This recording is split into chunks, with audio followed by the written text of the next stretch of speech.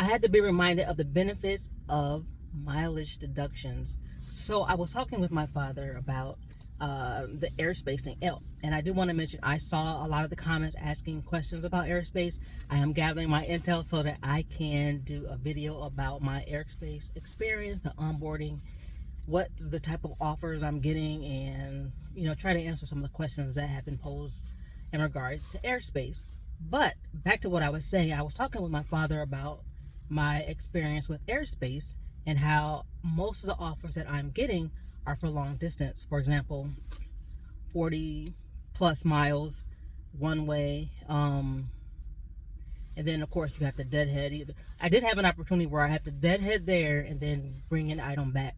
So there's some deadheading along the process because you're not going to get any routes or deliveries coming back. I just haven't seen anything like that. For example, today I saw a couple that were posted to, again, actually it was pick up in Fort Wayne and then deliver in Evansville, and just from Fort Wayne to Evansville was like a 5-hour drive. So that was just not going to work for me, because of a lot of reasons. But basically I have different responsibilities. Being a wife, I'm a gig driver, but I also have responsibilities at home. So I just can't say, hey, I'm going to stay out here until I make $200 like some of these other drivers are able to do. So that was not going to work.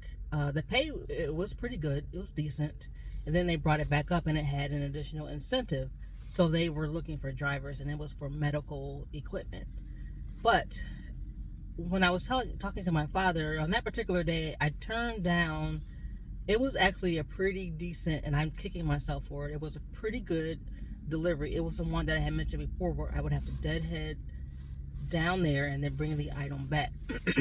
Now on that day it was snowing, and I just basically talked myself out of a good opportunity because I was thinking about all the different expenses, trying to calculate it quickly in my mind. How much was the fuel going to cost? How much time did I have? Again, I have responsibilities at home, so I can't just stay out till midnight. So I missed out on a good opportunity on that one. So I was talking with my dad about it, and he mentioned the part about the mileage deductible, and I had completely forgotten about it. So I may not, save money outright or at the moment of the delivery, but I can get it back on the back end. So I want to read this article about the IRS tax deduction for those who are not familiar, because you can reduce your taxable income. So let's say you drove 100 miles. So let's say you drive 100 miles and then you get 67 cents per mile. I think that was for 2024, it was 67 cents per mile. And then this year for 2025, it's going to be 70 cents per mile. So there's 67 cents per mile. Let's say you drive 100 miles. Again, I'm just trying to, for simplicity's sake. So then that $67, excuse me, that you can say you have less of your income. So if you make $100 and you take off $67, then you have $33 of taxable income. So that reduces your tax load when it comes time to pay your taxes. So you're paying less in taxes when you make these deductions. So I, even though on the front end, it may not have been a positive thing, but on the back end, because my husband's, asking me, do I have my tax paperwork together? And I have most of it together. Right now, it's just getting those receipts organized. So in the back end, that's where you're going to get your benefit from the mileage deduction. So I'm going to switch over here and look at this article. Okay, so I found this article from Next Insurance, and it talks about the IRS mileage. So let's read this together. What is the IRS mileage tax deduction? Let's see if I can get my pointer going on here. All right, the standard mileage tax deduction lets business owners and self-employed folks write off vehicle expenses when using personal car for business. If you're putting miles on your vehicle for work, you can deduct them if they're the right kind of miles. All right, so you can go ahead and read this, but these are some of the deductions here. How to claim, and there are two options. Option 1, the standard mileage deduction. Most business owners choose this method because it's the easiest option to start. You don't need to track all your vehicle related costs but you must own or lease the car and record your business miles throughout the year.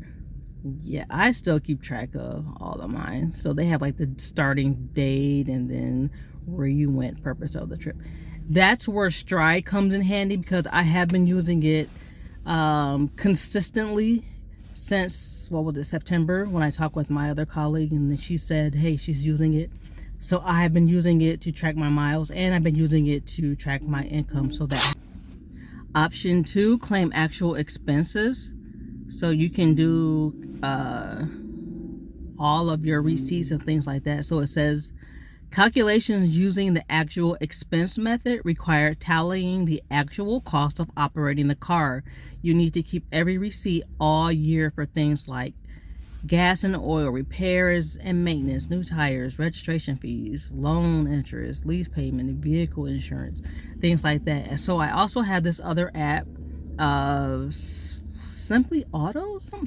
I'll put it up when I get off of here. But there's an app where I keep track of my vehicle expenses, and then you can also upload a picture of the receipt, so that way, that's just another way. But I still keep the hard copies, and I'm trying to get those organized as we speak. Then they, ask you which method you should use. But what I was trying to say, and I don't know if it's listed in here, but for 2024, you get your 67 cents per mile deduction, and then next year is going to be going up to 70 cents per mile. So yeah, don't sleep on those deductions. And I watched another short, so there was this gentleman who's doing DoorDash, and he's doing like 100 days straight, and he has a lot of videos, and I just stumbled upon his channel, and he mentioned the deductions too, and I was like, you are so right. You are so right. So I need to make sure that I am keeping that in mind when I am doing my delivery, particularly these ones that are offered to go to, somewhere like 40-50 miles away. If the pay is decent, I can get that. Plus, deductions will reduce the amount of taxable income, so then you have that layered on. So yeah, definitely do not sleep on the mileage deductions.